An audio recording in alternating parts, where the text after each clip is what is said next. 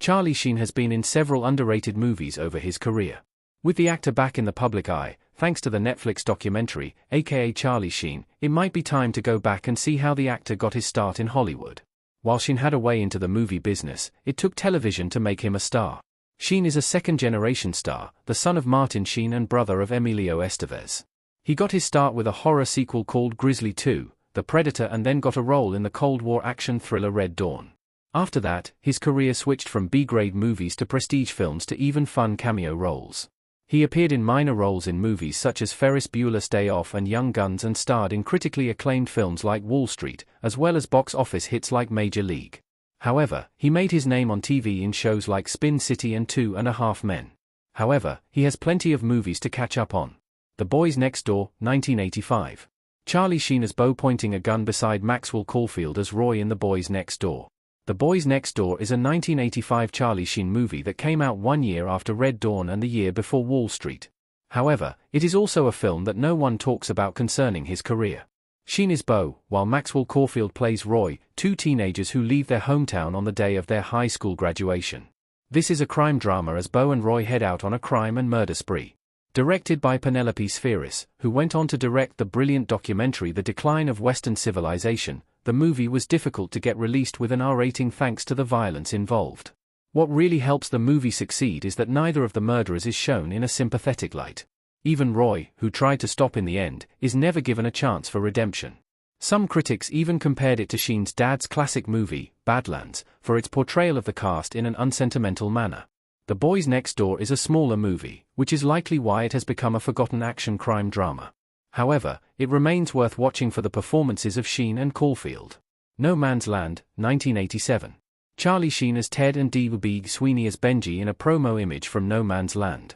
Released in 1987, Charlie Sheen's crime drama No Man's Land was mainly overlooked thanks to its coming out in the same year as Oliver Stone's Wall Street. Wall Street got lots of Oscar attention, with Michael Douglas winning Best Actor, and Sheen starring with his dad in the movie. No Man's Land had the distinction of having a script written by Dick Wolf, who went on to create the Law and Order franchise. The film bears a strong resemblance to movies like Point Break and Fast and Furious, featuring an undercover cop, D.B. Sweeney, who goes undercover to bring down a gang of car thieves. Charlie Sheen plays the mastermind behind the thefts, Ted Varick, and he is the person the young cop has to convince of his intentions. Sheen was great in the role of the villain who becomes close friends with the cop trying to bring him down. The ending is more tragic than that of other similar movies, and that is thanks to Sheen's charisma. The movie received lukewarm reviews, at 50% on Rotten Tomatoes. The car thefts are always exciting, and the chemistry between Sheen and Sweeney carries the story, making it better than its lack of a reputation might suggest.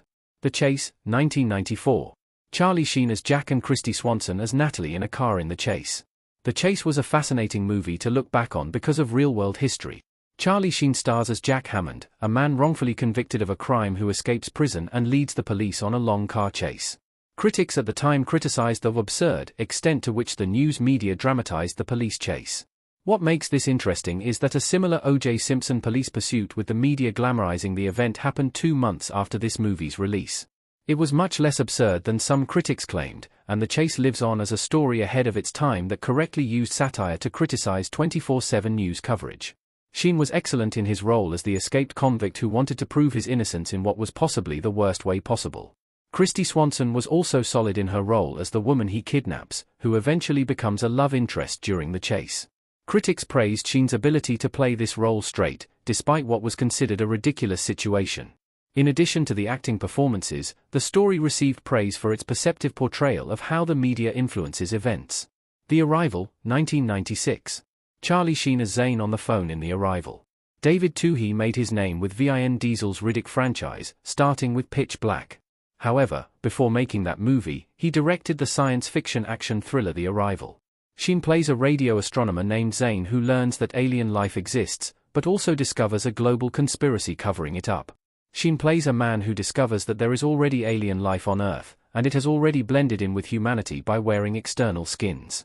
It is similar to the story told in the more popular and cult favorite They Live, but while that succeeded thanks to Roddy Piper and John Carpenter, this was forgotten. The Arrival received positive reviews, with a 66% Rotten Tomatoes score. The film is not only thanks to the acting, but Toohey's directing is also solid, and with Sheen delivering a good performance, it worked in tandem with the directing to make this a sci-fi movie that deserves a second look. Pauly Shore is Dead, 2003. Snoop Dogg and Pauly Shore in Pauly Shore is Dead.